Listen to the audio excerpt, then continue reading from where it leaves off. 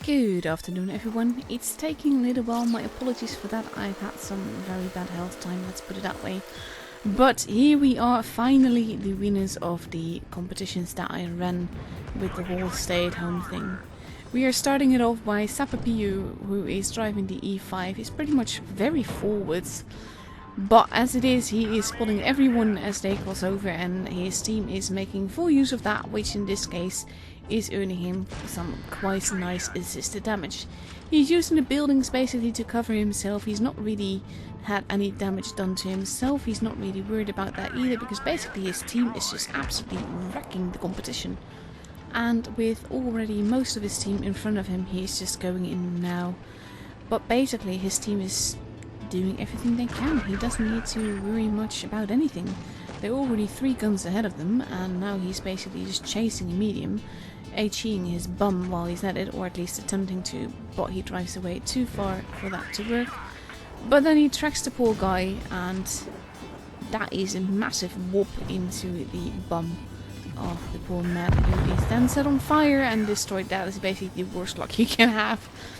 But as you can see, he's already done 3k assisted damage at this stage, and that is of course the competition that he's joining in for, the assisted damage competition, which is already is quite a good score for, and when you track someone that only goes up even further. So we end up with a very high damage score, and when I saw this I was like, can't really get any better than that. But with a grand total of 4,503 assisted damage, this is only the 3rd place. That is how insane the numbers are that I've gotten. Now this game is the 2nd place, but as you can see the replay is derped. I tried recording it multiple times, I tried watching it without recording everything, it kept derping. So this is basically a sort of stop motion game, but because Jono is with the numbers, the number 2 of this competition, that basically means that you're just gonna have to suffer through it, and we will see the assisted damage that he gets all the same, because he's basically spawning everyone in the middle. Canyon is an epic map to have when you want to get some assisted damage because of this spot, specifically this side as well, because this side is, with that spotting ability at least, a lot stronger than the other side. But even though the game itself is basically happening in stop motion, you can appreciate what he's doing, because this spot, especially in a little tiny tank like this that is very fast with going backwards and forwards all together, is a very good spot for this tank. And for me, when I'm driving a tank on this map, I generally want to go here. Unless of course it's supremacy, then I tend to want to go to base C, but it kind of depends on team composition. But if you are looking to get spotting damage and you want to bounce a shot that you really shouldn't be bouncing, I mean, just look at it, he's already at 2.7k assisted damage here. He's not really done any damage himself yet, but he's been very effective for his team, and that is something that I just love. Now that guy misses him altogether, and Jono is basically, he's driving backwards and forwards, not really firing his gun at all. But all that is fine, because this is what I mean with assisted damage. What I like about it is that you don't need to be doing the damage yourself in order to be effective. And that is exactly what this replay show, what all these assisted damage replays show, to be fair.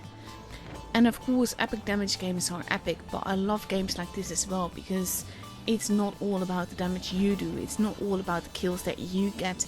There's so much more to this game than just the shots that you put in, and this is just, like I said, these are the games that basically showcase that. And to be honest, it's the main reason why when Wargaming said we could do these giveaways things, as long as we do it through a competition and show the results of on a video or a stream or whatever, that I went for the assisted damage, but also for the Toon damage, because that is a similar thing. But we'll get back to that later on when we actually see the games that won that part of the competition. And I don't know if Jono was having any issues as well, if it was just a replay that is derped or if it was his game as well. Because basically he's done pretty much 1 shot worth of damage, absolutely nothing else, but he does have near 5k assisted damage, and that is saying something. And gets a nice little kill there. We are up to about 400 damage here. He is still full health, he has 2 shots left in his clip, and now he decides to move in and get some shots in as well. Because this is again stop motion replay. Can't really do much about that. But as he won, I wanted to show him off. He sets the guy on fire. Has done 1111 damage at this stage. But so much more assisted damage. There's only one guy left now. He's reloading his clip. He's almost got it. And basically there's some HP left to do damage to if he gets there in time before his team does all the work for him.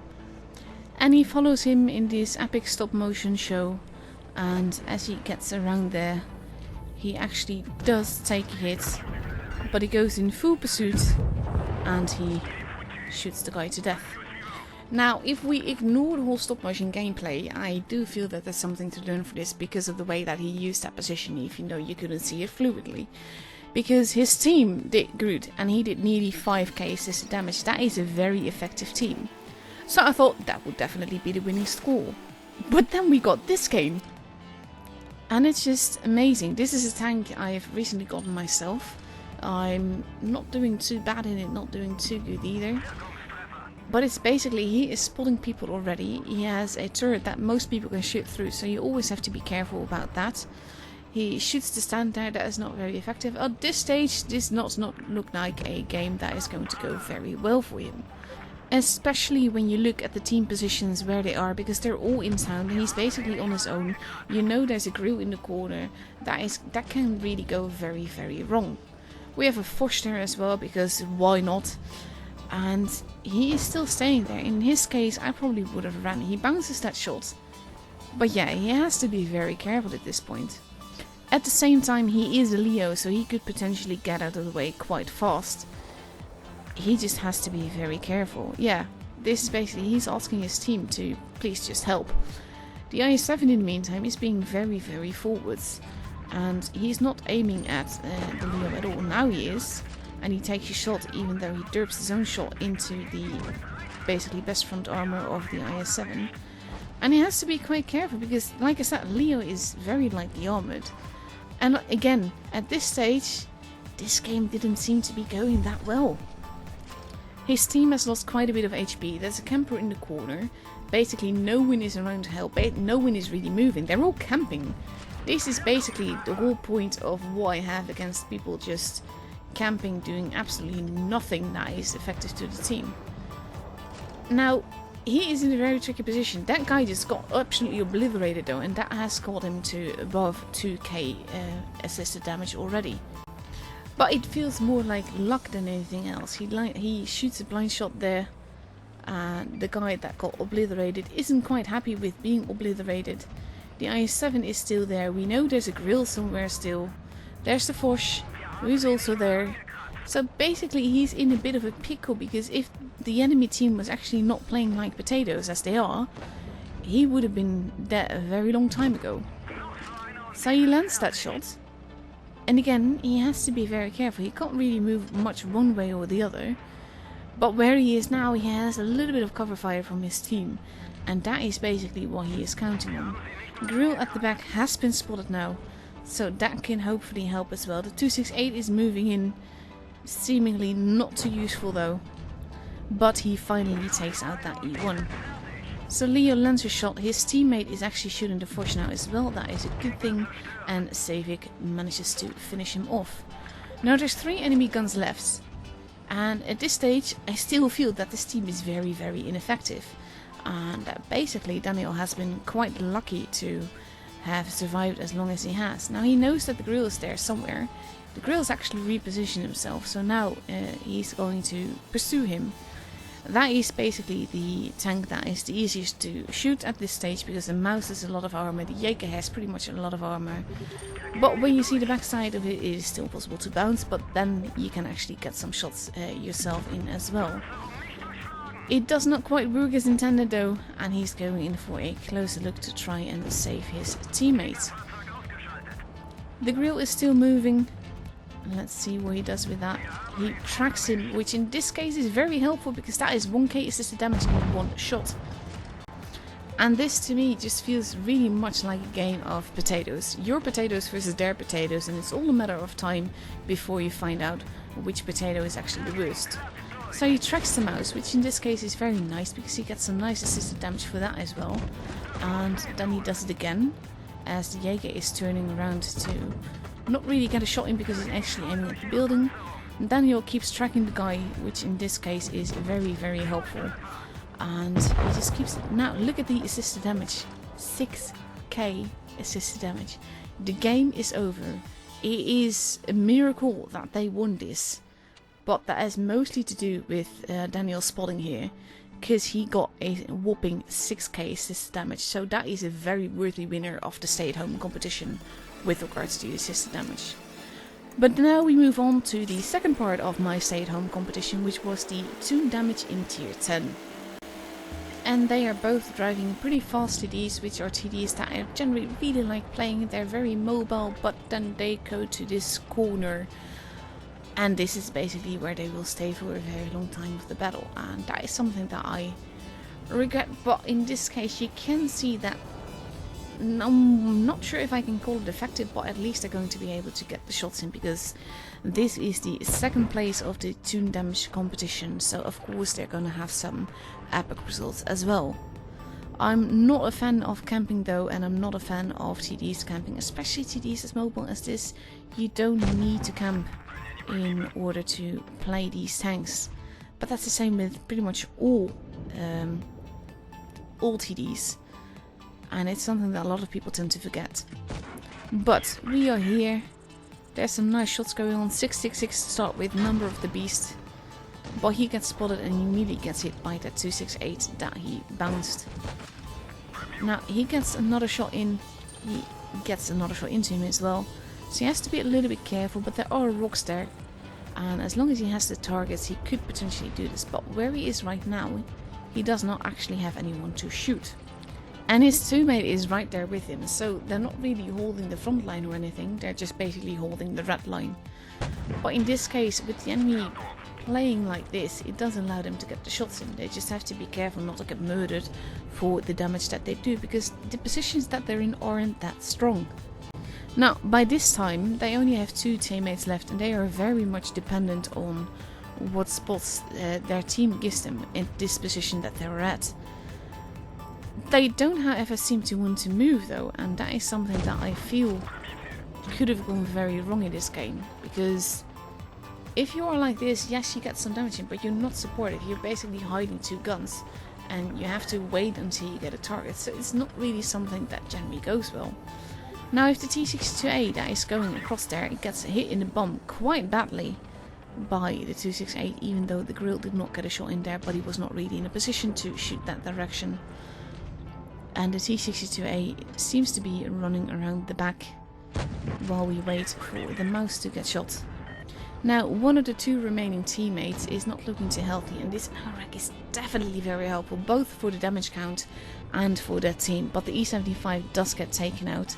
The Death Star by now has been spotted, he takes a big hit. And our 268 is basically careful and waiting, but this is a very tricky thing to do, because the DS could potentially one-shot him. So he basically blind shots the guy, kills him off, and that only leaves 3 versus 3. So that is a lot less worse than it used to be. Mouse is almost gone. Their teammate takes him out, and now it is 3 versus 2. The T-62A arrives at the back there. He misses that shot. I think that was because he zoomed out as he shot, which basically threw off his aim just a tiny little bit. His teammate get murdered, and he is going in to go after the T-62A. The thing is, the T-62A, as long as he doesn't track him, the 268 is pretty safe from him. He does get tracked, but the T-62A does not make use of that to try and get behind him. Of course, he would have still had to pass before the gun, and so he dies with another bounce. And in the meantime, we know where the grill is, because he has just appeared at base A, and is basically duking it out with our last remaining teammate, who is high up on the citadel and trying to stay safe. Now our 268 is going around the back, basically back to the position that he's been in a lot of the game, but instead of going there again, he is actually going into the battle this time and going across the bridges. But as he's not really aiming that shot, he misses that one. His teammate loses quite a bit of health for it, and this is basically where I feel that the gameplay gets a little bit sloppy because he actually shoots the corpse there. He has all the time to actually take a shot. That is a nice bounce though. And he is moving in pretty impatiently and finally getting into a position where the grill can't really do much of anything about it anymore. Even if he were to shoot now, that HE at this close range will definitely finish him off. And he does a nice 5.4k damage, but there's some blind shot damage as well, so it will actually be higher. 6k damage in total, and the Toon damage together is a grand total of 11,343, which is absolutely epic. And it actually beats most of the 10 Days of Christmas Toon damage competition scores that I've seen. But I also had this one, and again, this is not how I would play the grill. Yes, it is a way to start the battle and everything, and a lot of people play TDs like this in general, basically standing at the back and hoping for a target. But at the same time, you waste a lot of damage that you could potentially be doing if you stay at the back like that. Of course, the Jäger getting spotted like that is very helpful. Even though that doesn't pen, it is German accuracy, it could have very well penned. But in this case, we have a medium tank that is tuning with a TD, which can be a lot more useful than tuning with 2 TDs, because in this case, you have a teammate that is going to be there. You know that you're going to have a spotter, while if the spotter knows that he's going to have backup. So with the STB being where he is, the Foch going absolutely YOLO, he gets absolutely massacred. Now, this shot misses despite the German accuracy that we have, and I think that has more to do with the shot being taken a tiny bit hasty, and the E50 of course moving quite fast. The E100 is not that lucky, so he takes a hit as he crosses over in a way that is not particularly good. As he gets spotted, the grill immediately relocates, but he actually hesitates here to see if he can get a shot into that waffle. The waffle only does some model damage, so he doesn't actually take any HP, and our JC manages to hit that E100 before, of course, relocating further. Now, Gravy will be well aware that the STB is not really a brawler tank. The fact is, though, that he knows that he has the grill behind him, so basically they're now working on a way to basically use the spotter as bait and have JC take him out. The E100 really wants a chance to do some damage as well, but he's not really peeking over. He does not dare to with that grill there. And with the basically threat still there, because the E100 won't know that JC has relocated, JC repositions himself to shoot the E100. With RNG, of course, helping along that lovely German accuracy. Now, Gravy can take great care of himself, so he doesn't really need any help. But with the E100 stake like this, it is all too easy to land another shot into him, and JC can basically be focusing on the other side. But I do like, as you can see, he keeps his gun trained in one direction, because we know the waffle is still there, and he could potentially be peeking out to shoot JC soon. But he keeps his eye on Gravy to see how he is doing and if he needs any help. So he's in a position where he can very quickly basically relocate and help his teammate should he need it. The E100 misses, and JC now gets shot by the waffle, so he knows the waffle has just fired. But as he pulls back from the gunfire of the waffle, he does get hit by the E100. He dishes one out back and basically goes into cover because the E100 won't be able to fire in time, especially not with Gravy taking him out. So then they're going back into position to see what they can do about the remaining 2 guns. We have the waffle over there who is shooting at Gravy, and that is a nice max roll to get in at this stage of the game. And as you can see, GC actually calls that payback, which is a little bit mean, but quite basically true. And this is where that medium TD Toon really works out, because you have the STB with the beautiful view range, the grill accuracy. He is pre-aimed at the spot where the waffle will peek out, and as soon as he does, JC just fires and kills him off.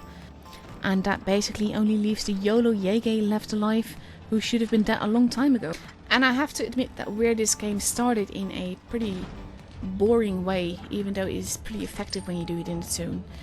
I love the combination of spotting and doing the damage that we've just seen with the waffle, with Gravy relocating and basically getting some lovely Toon damage in. Now Gravy actually gets a shot in, and with him doing that, that means that JC does not get the 6k damage that he really wanted. Overall though, they both carried like bosses, as you will see soon. Because even though JC got a camping medal, they both nearly did 6k damage, and it gives them a grand score of 11,826. So very well deserved winners with that amount of damage done between them. So massive congratulations to all the winners. I hope you guys enjoyed this video. Thank you all for participating, and I'll be seeing you guys the next time again.